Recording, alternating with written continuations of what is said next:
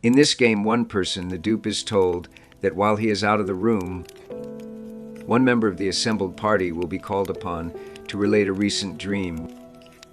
This will give everybody else in the room the storyline of that dream, so that when the dupe returns to the room and begins questioning the assembled party, the dreamer's identity will be hidden in the crowd of responders.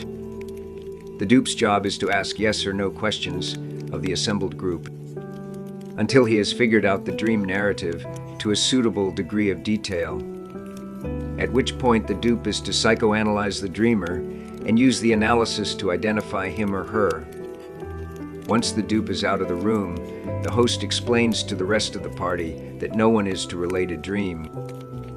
Instead, the party is to answer the dupe's questions according to a simple rule.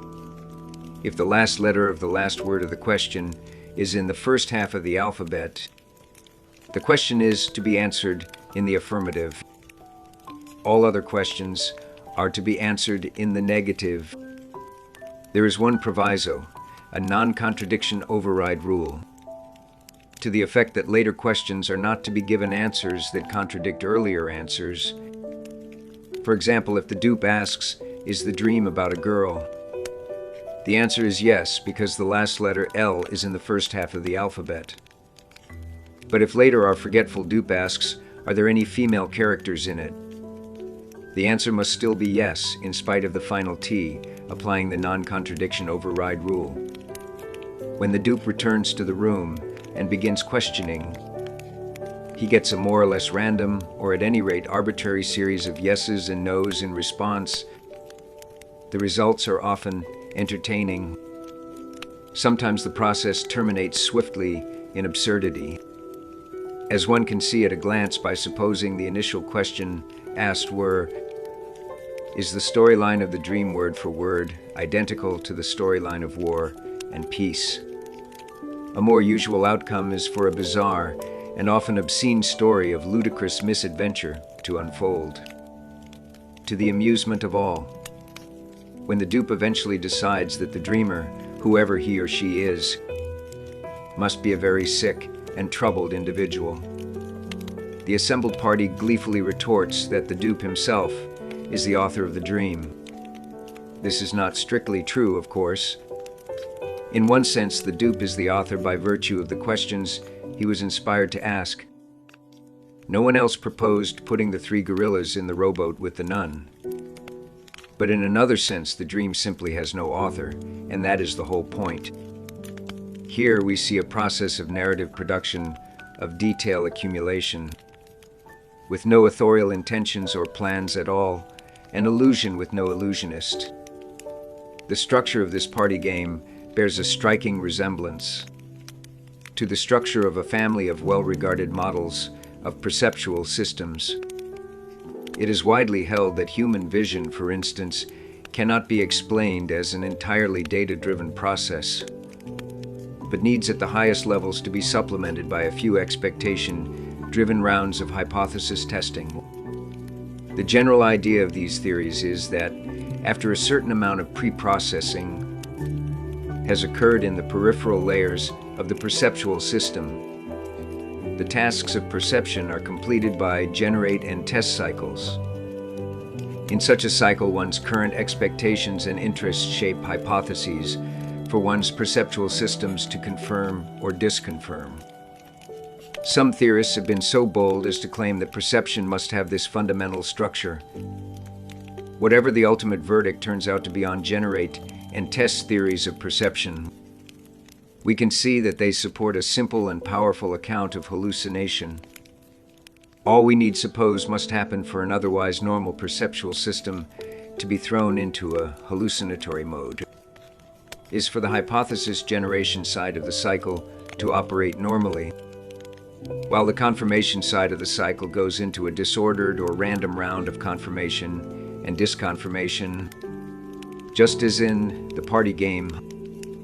In other words, if noise in the data channel is arbitrarily amplified into confirmations and disconfirmations, the current expectations concerns obsessions and worries of the victim. will lead to framing questions or hypotheses whose content is guaranteed to reflect those interests. And so a story will unfold in the perceptual system without an author.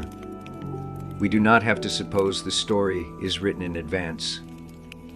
We do not have to suppose that information is stored or composed in the illusionist part of the brain. All we suppose is that the illusionist goes into an arbitrary confirmation mode, and the victim provides the content by asking the questions. This provides, in the most direct possible way, a link between the emotional state of the hallucinator and the content of the hallucinations produced.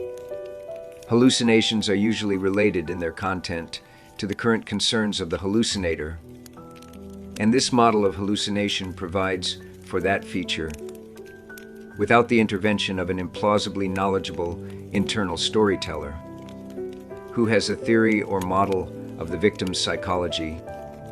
Why, for instance, does the hunter on the last day of deer season see a deer, complete with antlers and white tail, while looking at a black cow or another hunter in an orange jacket? Because his internal questioner is obsessively asking, is it a deer? And getting no for an answer until finally a bit of noise in the system gets mistakenly amplified into a yes, with catastrophic results. A number of findings fit nicely with this picture of hallucination. For instance, it is well known that hallucinations are the normal result of prolonged sensory deprivation. A plausible explanation of this is that in sensory deprivation, the data-driven side of the hypothesis generation and test system, lacking any data, lowers its threshold for noise, which then gets amplified into arbitrary patterns of confirmation. Moreover, in most reports, hallucinations are only gradually elaborated. They start out weak geometric and then become stronger narrative.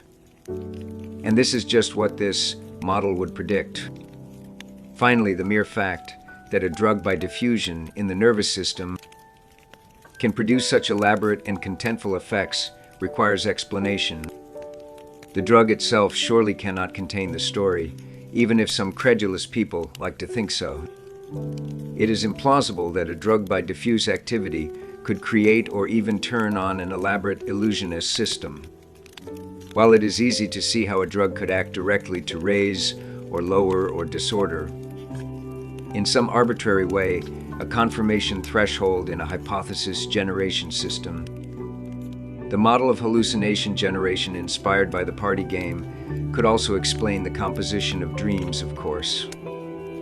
Ever since Freud, there's been little doubt that the thematic content of dreams is tellingly symptomatic of the deepest drives, anxieties, and preoccupations of the dreamer. But the clues the dreams provide are notoriously well concealed under layers of symbolism and misdirection. What kind of process could produce stories that speak so effectively to a dreamer's deepest concerns, while clothing the whole business in layers of metaphor and displacement? The more or less standard answer of the Freudian has been the extravagant hypothesis of an internal dream playwright, composing therapeutic dream plays for the benefit of the ego, and cunningly sneaking them past an internal censor by disguising their true meaning. We might call the Freudian model the Hamlet model, for it is reminiscent of Hamlet's devious ploy of staging the mousetrap just for Claudius. It takes a clever devil indeed to dream up such a subtle stratagem. But if Freud is to be believed, we all harbor such narrative virtuosi. The model we are considering eliminates the playwright altogether and counts on the audience, analogous to the one who is it in the party game, to provide the content. The audience is no dummy, of course, but at least it does not have to have a theory of its own anxieties. It just has to be driven by them to ask questions. It is interesting to note, by the way, that one feature of the party game that would not be necessary for a process producing dreams or hallucinations is the non-contradiction override rule. Since one's perceptual systems are presumably always exploring an ongoing situation, Subsequent contradictory confirmations can be interpreted by the machinery as indicating a new change in the world. The ghost was blue when last I looked, but has now suddenly turned green. Its hands have turned into claws, and so forth. The volatility of metamorphosis of objects in dreams and hallucinations is one of the most striking features of those narratives. And what is even more striking is how seldom these noticed metamorphoses bother us while we are dreaming. So the farmhouse in Vermont is now suddenly revealed to be a bank in Puerto Rico. And the horse I was riding is now a car, no, a speedboat. And my companion began the ride as my grandmother, but has become the Pope. These things happen. This volatility is just what we would expect from an active but insufficiently skeptical question asker. Confronted by a random sample of yeses and nos. At the same time, the persistence of some themes and objects in dreams can also be tidily explained by our model.